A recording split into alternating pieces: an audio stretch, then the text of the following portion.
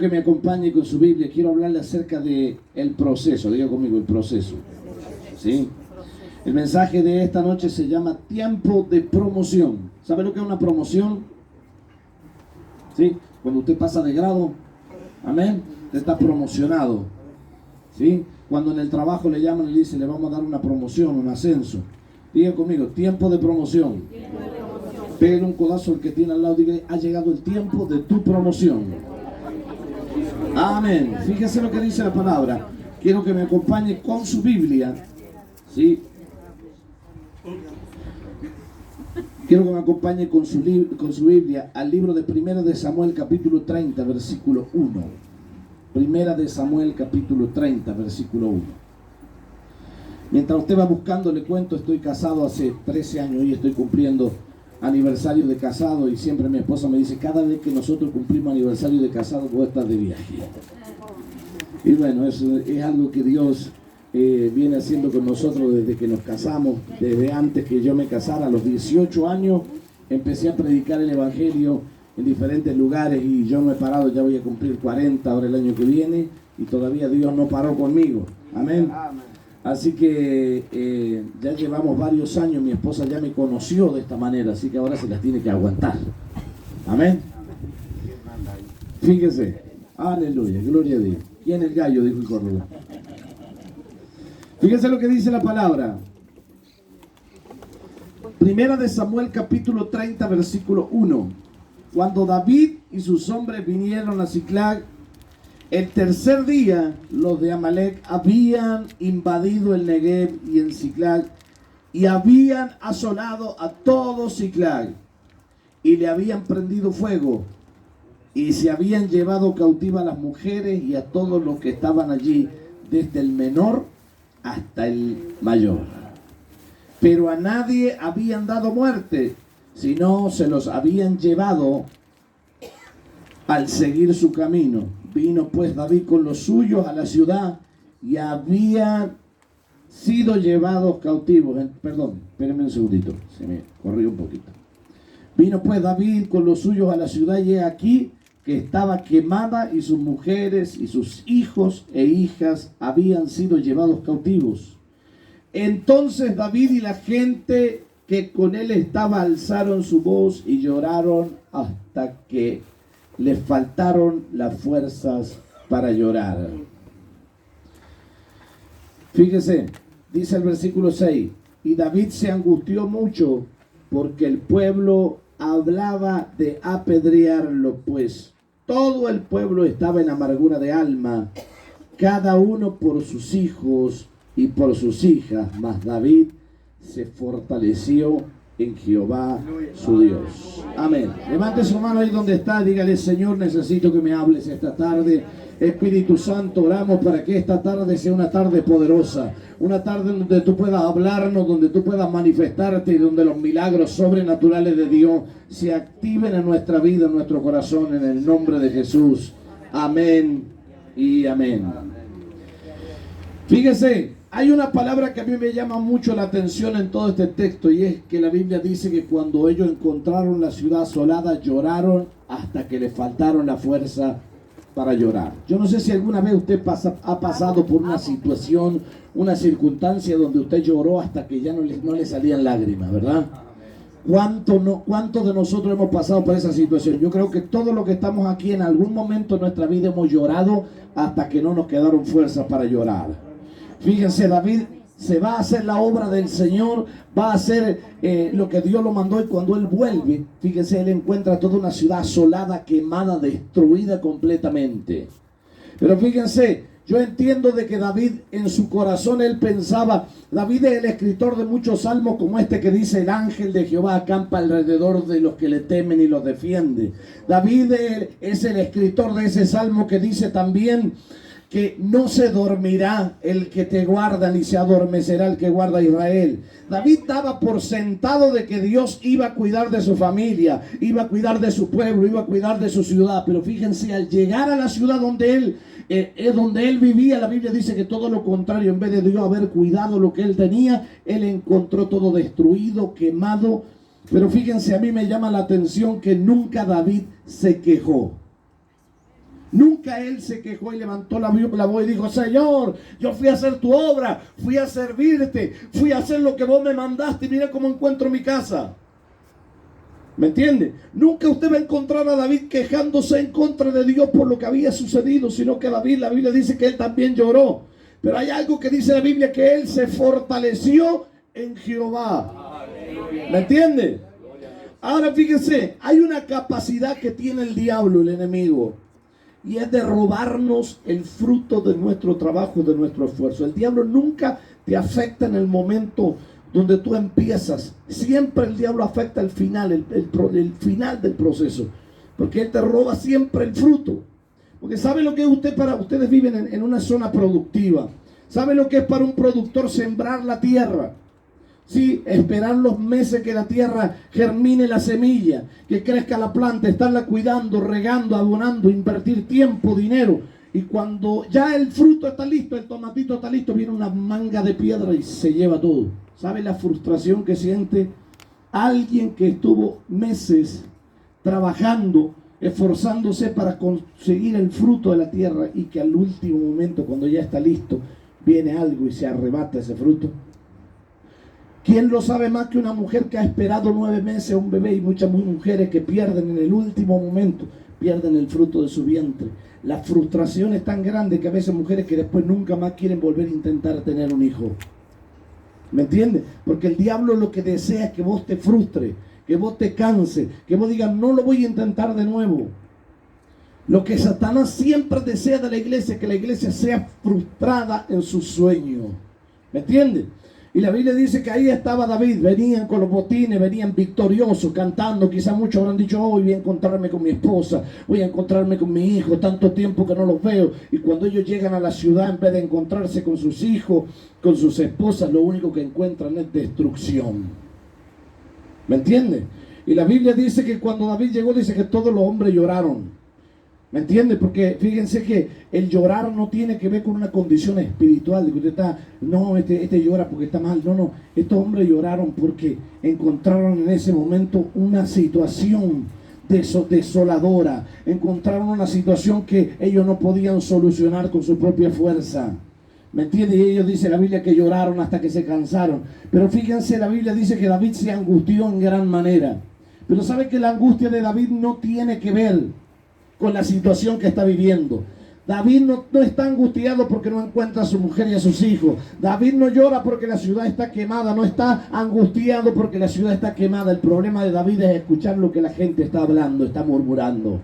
Porque esa gente que estaba con él, que son esos mismos que coreaban: Saúl mató a sus 1000 y David mató a sus 10,000. Los mismos que lo aclamaron y lo proclamaron rey. Los mismos esos que estuvieron con él en los momentos de victoria, hoy estaban hablando: vamos a apedrearlo.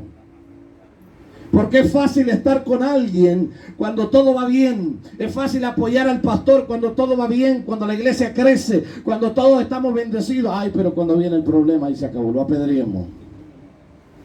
¿Me entiende?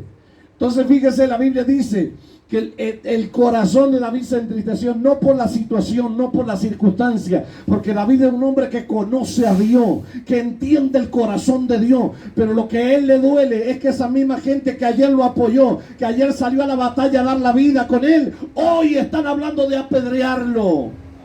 ¿Sabe cuál es el problema de la iglesia hoy en la actualidad? Que tenemos muchos cristianos sin raíz. Cristianos que alaba a Dios cuando las cosas van bien. Cristianos que glorifica a Dios cuando todo le florece y le va bien. Cuando Dios lo bendice y lo prospera. Pero cuando viene la circunstancia adversa, cuando viene el problema, cuando viene la adversidad, ahí ya le dan la espalda a Dios.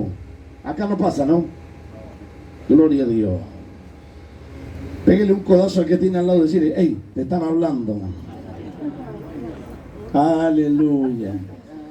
¿Sabe que los procesos que Dios usa para llevarnos al lugar donde se cumplen las promesas? Yo siempre digo que el proceso no es la palabra profética. Escúcheme, no es la palabra profética. No es lo que Dios te prometió lo que te lleva al cumplimiento. Lo que te lleva al cumplimiento de las promesas de Dios es el proceso. El proceso te lleva al lugar donde se cumple la promesa que Dios te hizo. Sin proceso no hay cumplimiento de promesa. Fíjese, la Biblia dice, habla mal de Judas, y yo veo que sin Judas Jesús no llega a la cruz. ¿Me entiende? sino un Judas que te traicione. Y fíjese, la traición siempre viene de ese que vos más tenés confianza, de ese que más vos amás, porque la traición no puede venir de un desconocido. La traición tiene que venir de alguien que está en tu riñón, de ese que vos confías plenamente en él. Pero esa traición es la que te llevará a la promoción de Dios. ¿Cuántos pueden decir amén? Yo estaría aplaudiendo al Señor en este momento y dando gloria.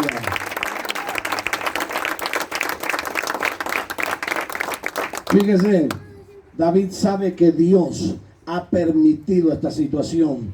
Por algo Dios lo permitió. Por algo Dios hizo esto. Fíjese lo que dice, acompáñeme con su Biblia al Salmo. Espérenme un segundo. Salmo capítulo 30, versículo 6. Dice, en mi prosperidad dije, yo no seré jamás conmovido. David entendía el corazón de Dios. Él sabía que Dios había permitido esa situación. David sabía que por algo eso había sucedido.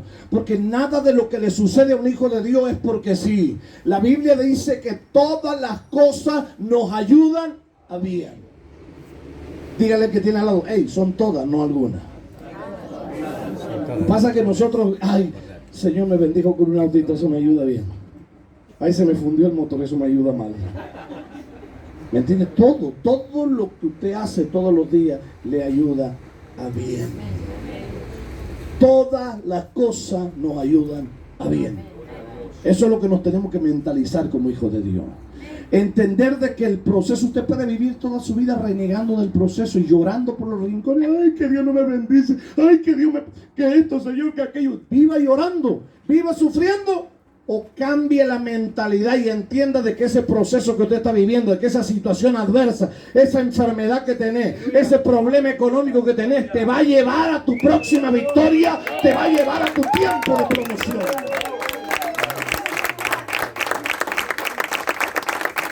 Aleluya.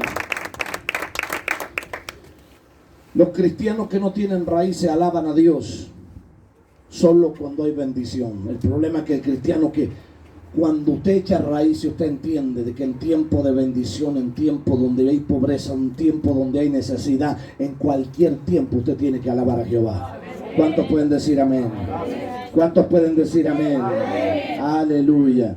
Fíjense, ¿sabe cuál es el problema? Que nosotros los seres humanos siempre vemos la vida en pequeños fragmentos, ¿me entiende? Nosotros no podemos ver el final de nuestra vida, ¿verdad? ¿O alguien sabe cuál va a ser el final de su vida? Si supiéramos cuándo nos vamos a morir, ya nos ponemos a cuenta, ¿verdad? Aleluya.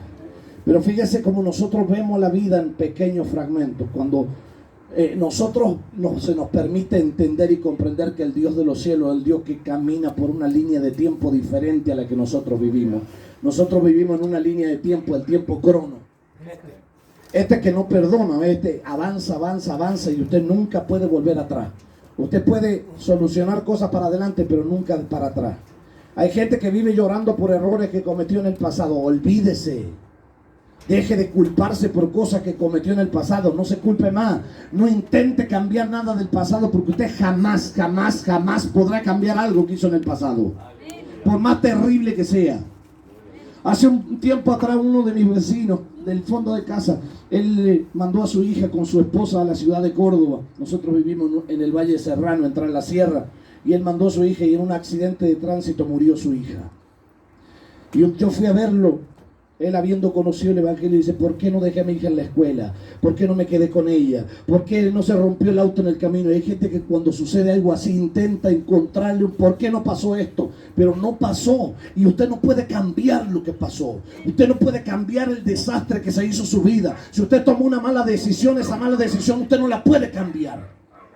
Las consecuencias del tiempo son terribles. El tiempo no perdona a nadie. ¿Me entiende? Los errores que usted comete, ya los cometió. Perdónese a usted mismo y vaya para adelante, porque para atrás no hay nada. Por eso la Biblia nos enseña que la gloria postrera de la casa, esa sí va a ser mayor que la primera. Porque lo que está para adelante es lo mejor que viene. Lo que está para atrás usted no puede cambiar nada, no puede hacer nada, pero para adelante hay gloria. Fíjese lo que dice la palabra. Apláudale al Señor.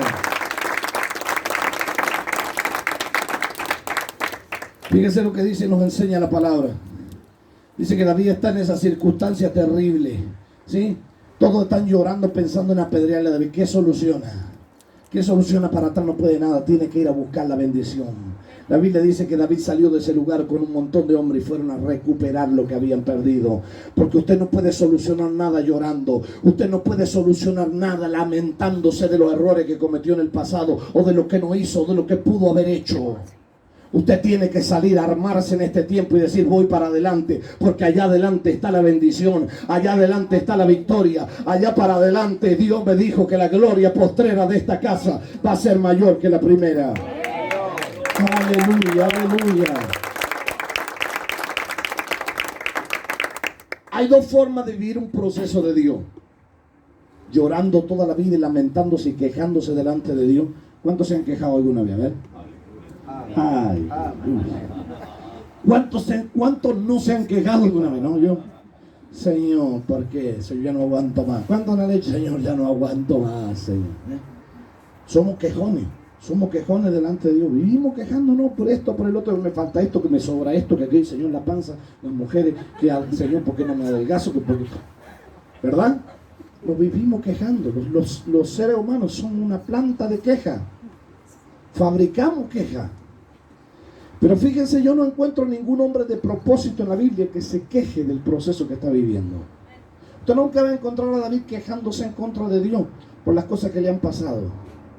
David fue coronado rey e inmediatamente tuvo que darse en huida y andar huyendo durante años, o sea, para salvar su vida. Y usted no encuentra a David que dice: Señor, ¿por qué me ungiste rey? ¿Para qué? ¿Para morir? Usted no encuentra a ese hombre de Dios quejándose. Génesis capítulo 40, versículo 1. Fíjese, no lo busque porque si no se nos va a hacer eterno y largo y quiero ministrarle algo. Yo no sé cuánto tiempo están acostumbrados ustedes a oír palabras. Son de tiro largo. Son de tiro largo. Aleluya. Entonces lo vamos a leer. Génesis 41. ¿Sí? Nos cuenta una historia. Yo primero le voy a contar la historia y después le leo algunos textos que son importantes. Génesis 41 nos cuenta la historia. La Biblia dice que había un hombre llamado José. ¿Sí? Vamos a volvernos un poquito para atrás. José, ¿cuántos conocen la historia de José? A ver, levanten la mano. ¿Hay alguien que esté por primera vez aquí? Que venga por primera vez a una iglesia evangélica. Ayer, Dios te bendiga, hijo. Fíjense, la historia de José es una historia maravillosa. José es un muchacho, el último hijo, prácticamente el último hijo de Jacob. Un muchacho que nació, y fíjense, hay algo particular en él, porque cuando José nació, dice la Biblia, esto es claro, específico, cuando José nació, dice que Jacob dijo que se quería salir de la casa de Labán, su suegro. El día que José nació, también nacieron los sueños en su padre. De decir: yo me tengo que salir, ya no voy a trabajar más para mi suegro, yo necesito trabajar para mí y para mi familia. El día en que él nació, nacieron los sueños en la casa de Israel. Y fíjense, este muchacho toda la vida fue un soñador. Tenía sueños extraordinarios. ¿Y quién no ha tenido sueños alguna vez? Cuando uno es joven, ve, ¿sí? Uno sueña cosas, después van pasando los años y a veces muchos de esos sueños no los podemos alcanzar. ¿Sí? ¿Quién no ha tenido sueños de joven, verdad? Todos hemos tenido sueños. José tenía unos sueños extraordinarios, pero eran unos sueños que a veces a la gente que lo escuchaba parecían medio de orgulloso, de soberbio, de altivo, ¿verdad? Y la Biblia dice que a sus hermanos no le cayó en gracia lo que él soñaba. El problema y el gran error de José es contarle sueños a gente que no sabe soñar. ¿Me entiende? El problema de nosotros es que a veces le contamos nuestros proyectos, ¿sí?, a gente que no entiende de proyectos. Le contamos nuestros sueños a gente que nunca soñó, o a gente que ya se le murieron los sueños. ¿Me entiende? José fue y le contó los sueños de águila a un montón de gallinas. ¿Me entiende? ¿Qué le va a decir de altura a usted una gallina si la gallina lo máximo que puede volar es arriba de un árbol? ¿Me entiende? ¿Cómo una gallina va a entender a un águila? Jamás lo va a entender, porque la gallina puede aletear y a lo mejor puede revolotear un poco por ahí, pero nunca va a volar. ¿Me entiende? Porque no fue diseñada para volar. Entonces jamás usted vaya a contarle los sueños que usted tiene en Dios a alguien que no entiende.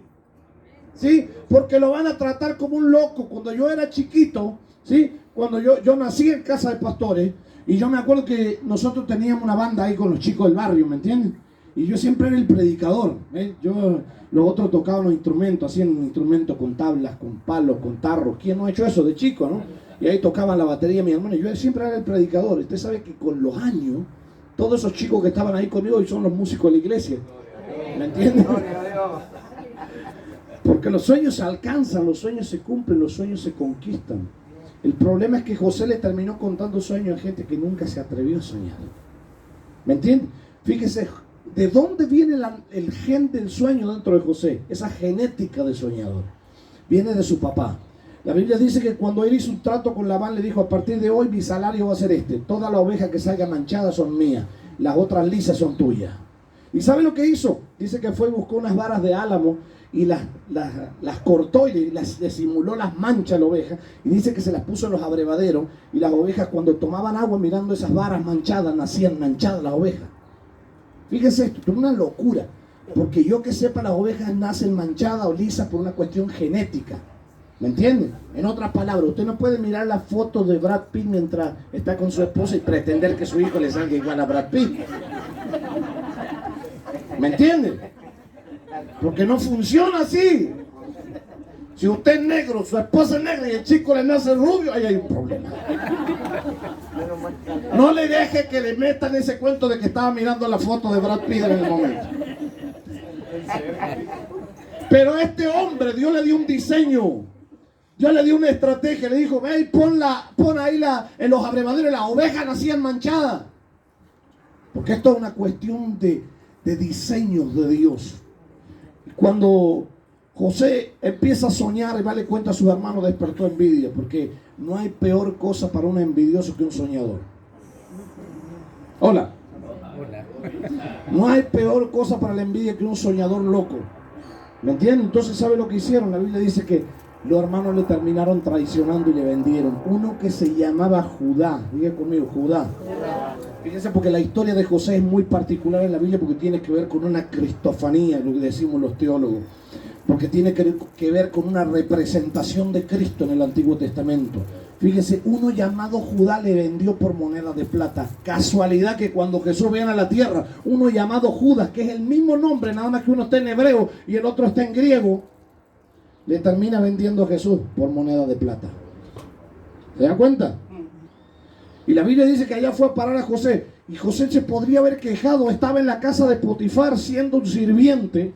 Y se podría haber quejado delante de Dios y decir: Señor, vos me prometiste que me ibas a dar cosas grandes, que me ibas a levantar en reinado, y acá estoy fregando piso como un esclavo. Nunca usted escucha a José quejándose por el proceso que está viviendo. Él sabe en su corazón que el Dios que le prometió, el Dios que le hizo la promesa, en algún momento Dios la va a cumplir. ¿Me entiende?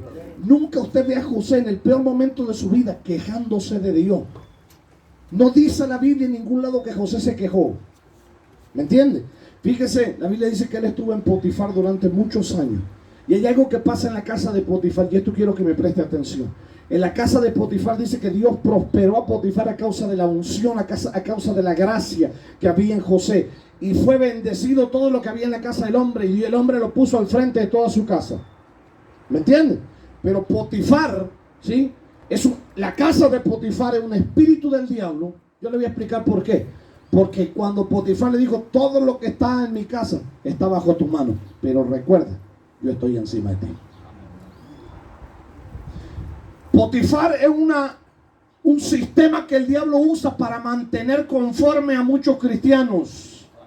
Escúchame, porque el diablo te hace pensar que lo tienes todo. Imagínense, José se levantaba, era el señor de la casa, pero Potifar le dijo: no te olvides que yo soy tu señor, seguí siendo un esclavo. Un esclavo con categoría, pero a lo definitivo, al último, seguí siendo un esclavo. Y hay muchos cristianos que hoy se conformaron a la situación, a las circunstancias que están viviendo y están en la casa de Potifar y siguen siendo esclavos. ¿Me entiendes? Y Dios no te llamó para esclavitud. ¿Sabe qué? Yo siempre digo que la cárcel refleja un mejor estado para José que la casa de Potifar, porque refleja la situación, la condición en la que él está. Él es un esclavo. ¿Me entiende? A veces es preferible estar en la cárcel, estar esclavizado, a estar en la casa de Potifar y creernos nosotros en nuestra mente que estamos bien. Hay muchos cristianos dentro de la iglesia que se creen que están bendecidos, que se creen que están prosperados, que se creen que Dios lo usa, pero en realidad están en la casa de Potifar. Y Potifar le está diciendo: no te olvides que todo lo que tienes es mío. Solamente era un administrador. Eres un esclavo con categoría. ¿Me está yendo? Cambie la cara, sonríe, que el Señor todavía le sigue amando. Aleluya. Fíjense, la Biblia dice que con el tiempo José termina en la cárcel por la acusación de la mujer de Potifar. ¿Sí? Todos conocemos la historia y no me voy a detener en eso porque no quiero ser extenso.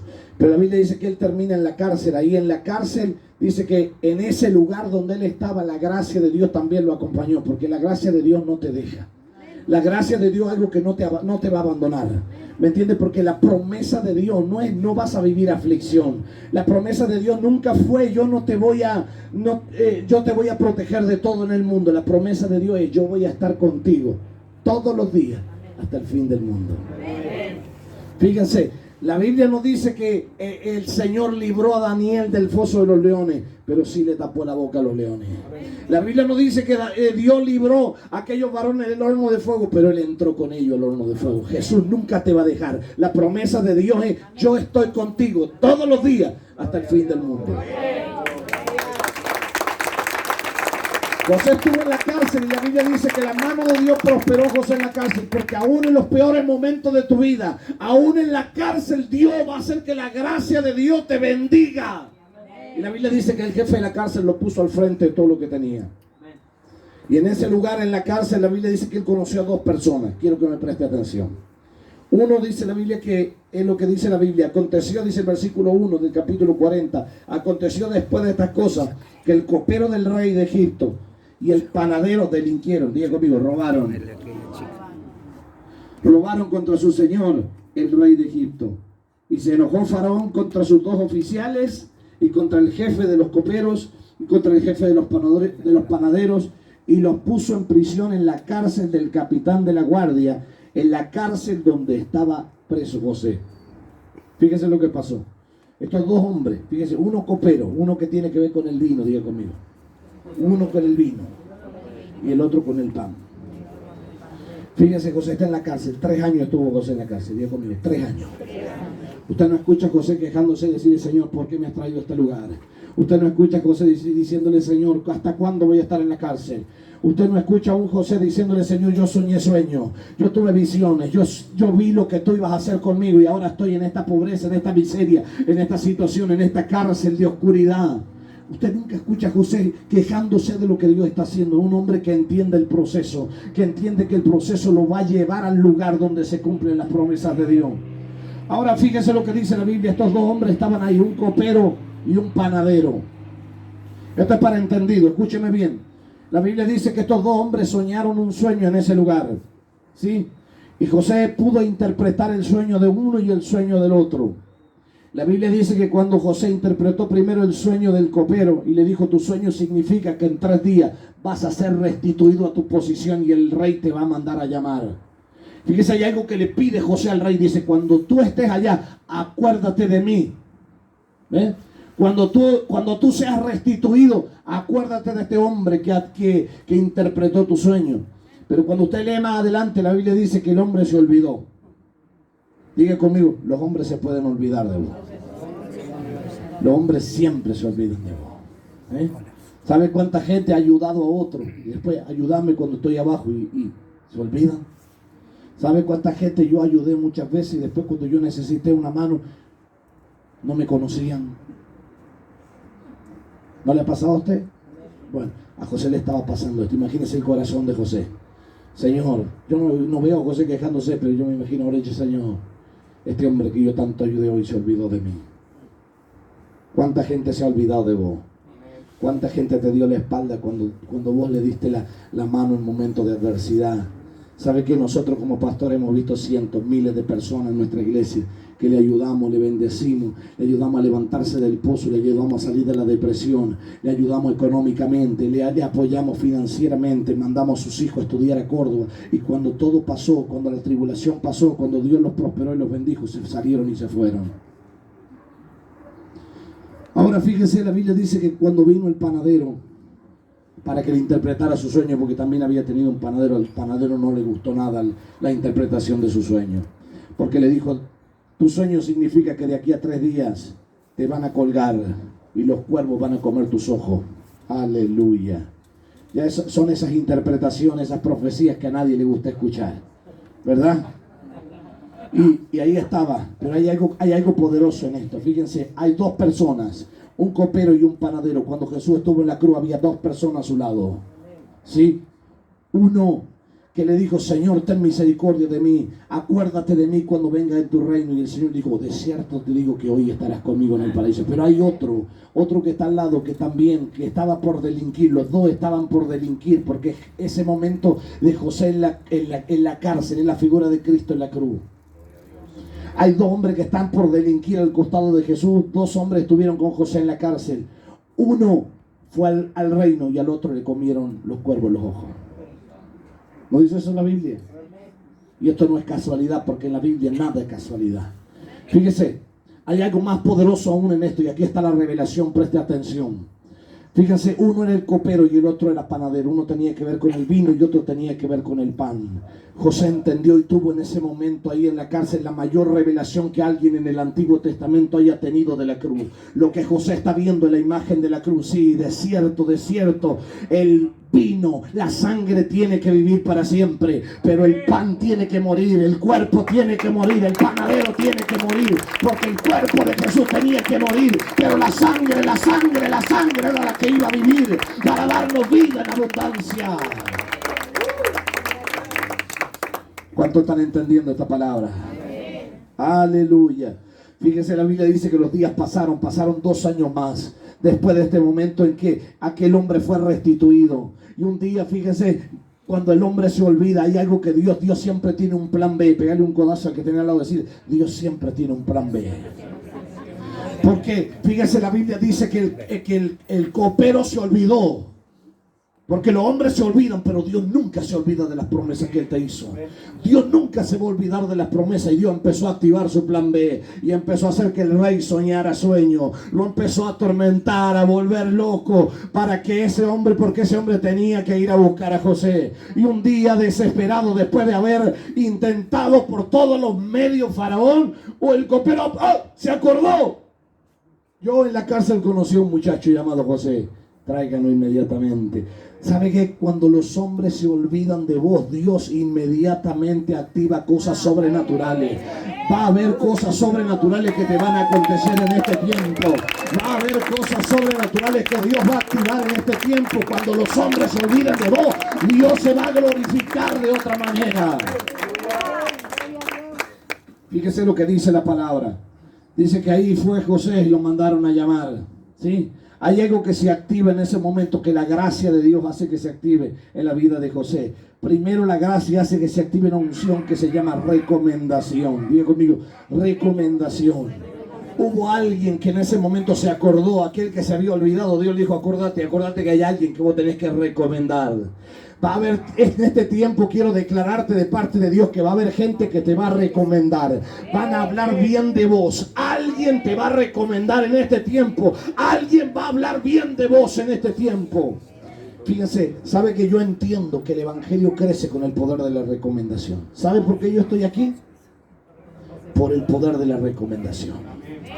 ¿Sabe por qué yo llegué 550 kilómetros desde Córdoba hasta aquí? Por el poder de la recomendación. Yo no lo conocía, el pastor no conocía a nadie, pero el Espíritu Santo a través de la recomendación me trajo a este lugar.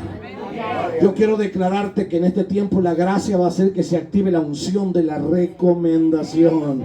Se van a activar trabajos nuevos, se van a activar promociones, porque va a venir alguien que te va a recomendar. Ese trabajo que estaba bloqueado, va a haber alguien que te va a recomendar. ¿Cuántos pueden decir amén? La segunda unción que se manifiesta con la gracia de Dios es la promoción. Diga conmigo, promoción. La Biblia dice que cuando él fue y interpretó el sueño que Faraón había tenido, lo primero que hizo Faraón: ¿quién tú, entendido que Dios te ha revelado lo que va a acontecer para ocupar ese cargo? Lo primero que hizo Faraón fue sacarlo de la cárcel y promoverlo. La Biblia dice que le puso un collar de oro en su cuello, le puso un anillo en su mano y lo promovió. ¿Cuántos pueden decir amén? La unción de Dios te va a promocionar en este tiempo. José, el hombre que nunca se quejó. Me gusta Job.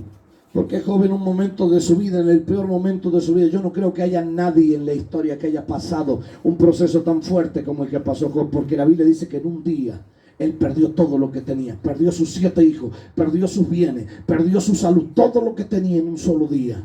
Yo no creo que quizás aquí haya alguien que haya perdido cosas, hasta quizás haya perdido un hijo, pero este hombre perdió 7 hijos en un día. Ese hombre perdió todos sus bienes en un día. En un día le fue arrebatado todo lo que tenía. Pero usted escucha, joven, un momento decir: Jehová dio, Jehová quitó, sea bendito el nombre de Jehová. Esa es la gente que Dios restituye. Esa es la gente que Dios levanta. Esa es la gente a la cual Dios le cumple promesa. ¿Cuántos pueden decir amén? ¿Habrá posibilidad de un poquito de agua, por favor? Fíjense lo que dice la Biblia. No se quedó ahí, porque la Biblia dice que sacó el faraón un carro adornado y lo hizo pasear por toda la ciudad y pregonar por todo Egipto que ese era el hombre que Dios había levantado, que ese era el hombre que Dios había levantado en Egipto para salvarlo de la hambruna. La tercera unción que Dios manifiesta con la gracia es el reconocimiento. Prepárate, porque Dios va a manifestar una unción de reconocimiento en tu ministerio. Sembraste muchos años, lo has intentado muchas veces, has trabajado, te has esforzado y no has conseguido reconocimiento. Hoy viene un tiempo de reconocimiento. ¿Cuántos pueden decir amén? La unción de Dios provoca que lo que en un momento para otro eran sueños de un muchacho loco, hoy son la promoción de Dios en la vida de José. En un momento, lo que tú soñaste, lo que tú pensaste que Dios iba a hacer, lo que Dios te habló eran solamente locura. Porque los hermanos decían: este muchacho está loco, que nosotros le vamos a servir a él si él es el menor, que nosotros nos vamos a arrodillar delante de él si él es el menor. ¿Me está escuchando? La unción de Dios hace que lo que otros vieron como sueños imposibles se transformen en un tiempo de promoción y reconocimiento. Amén. Gloria a Dios. ¿Cuántos me están entendiendo? Amén. Yo no escucho nunca a José reclamándole a Dios y diciéndole: Señor, ¿por qué me tocó todo esto? ¿Por qué esta vida? Y yo sabe las veces, yo personalmente, las veces que yo le digo: Señor, ¿por qué tanta problema? ¿Por qué tanto problema? ¿No lo ha hecho usted? Y cuando yo llego al momento donde yo leo esta palabra, entiendo, digo yo: qué quejón que soy, Dios, aleluya. ¿Cuántos pueden decir amén? Amén. La gente que entra en promoción son aquellos que entienden el proceso como una parte de la promoción. ¿Me entienden?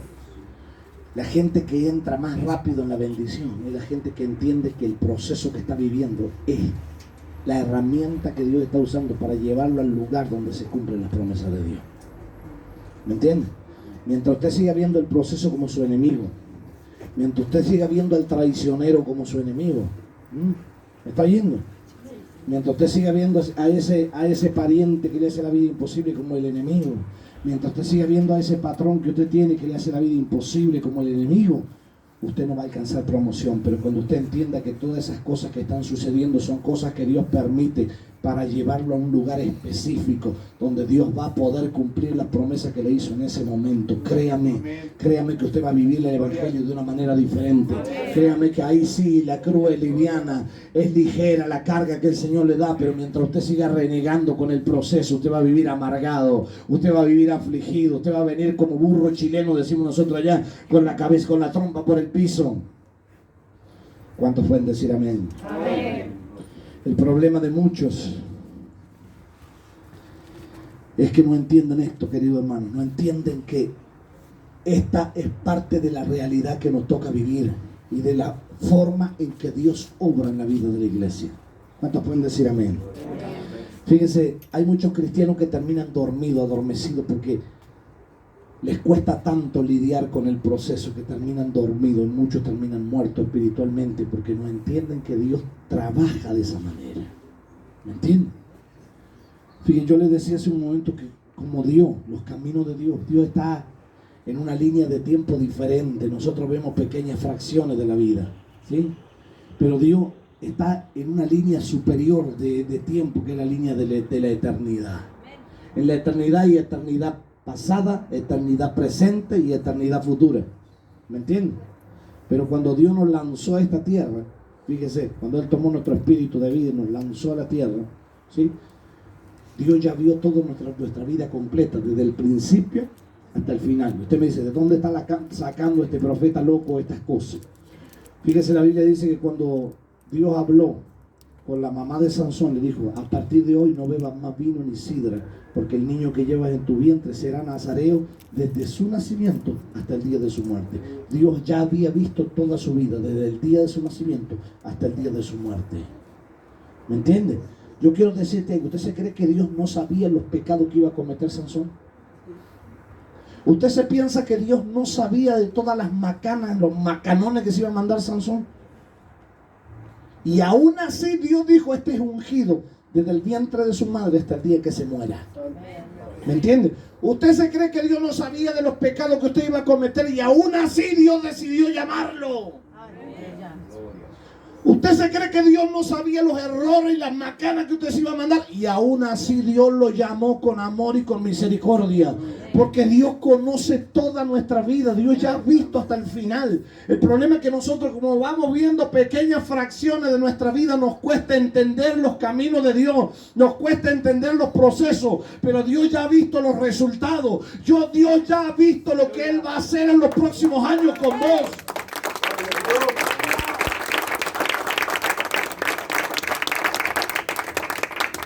Fíjese lo que nos enseña la palabra. La Biblia dice que cuando Jesús vino a la cruz, ¿qué hizo? ¿Qué fue lo primero que hizo? Fueron perdonados todos nuestros pecados, ¿verdad? La Biblia dice que Él llevó en la cruz del Calvario todos nuestros pecados. O sea que en ese momento, hace 2000 años, ya le perdonaron los pecados a usted. ¿Me entiende? Hace 2000 años ya los pecados suyos estaban perdonados. Los que cometió la semana pasada, el mes pasado, el año pasado, y todos los que va a cometer de ahora en adelante. Le explico, eso no es una licencia para pecar, no es que usted se va a largar a pecar de ahora porque ya los pecados están perdonados. Porque algunos dicen, ay, gloria a Dios. Ahora sigo pecando tranquilo, ya estoy perdonado. No. Lo que le estoy queriendo que usted entienda, lo que yo estoy queriendo que usted entienda, es de que usted no puede vivir mortificado de culpabilidad. Hay muchos cristianos que vienen a la iglesia y lo tiene al diablo parado al lado y dice, cochino. ¿No? ¿Nunca le pasó? ¿Va a levantar? ¿Qué va a levantar la mano, cochino? ¿No le pasó nunca a usted, no? Usted va... Y hoy no me la baje solamente el bolsillo. Y vos querés adorar a Dios, cochino. Yo sé lo que hiciste. Porque el diablo es un gran acusador, el diablo trabaja con eso. Hay muchos ministros que cometió pecado y se quedó frustrado en la vida y no se levantaron nunca más. ¿Me entiendes? ¿Sabe por qué? Porque el diablo lo tienen ahí todo el tiempo y le prestaron oído al diablo y no se pudieron levantar porque el diablo estuvo acusándolos todo este tiempo. Yo vine a declararte que el diablo no tiene poder para acusarte por algo que ya te fue perdonado hace 2000 años. Hace 2000 años ya te perdonó el Señor y te vas a estar preocupando porque el diablo te habla al oído. Aleluya. El problema de la iglesia que escucha más al diablo que Dios. Póngase de pie, por favor. Quiero ministrarle algo poderoso en esta tarde.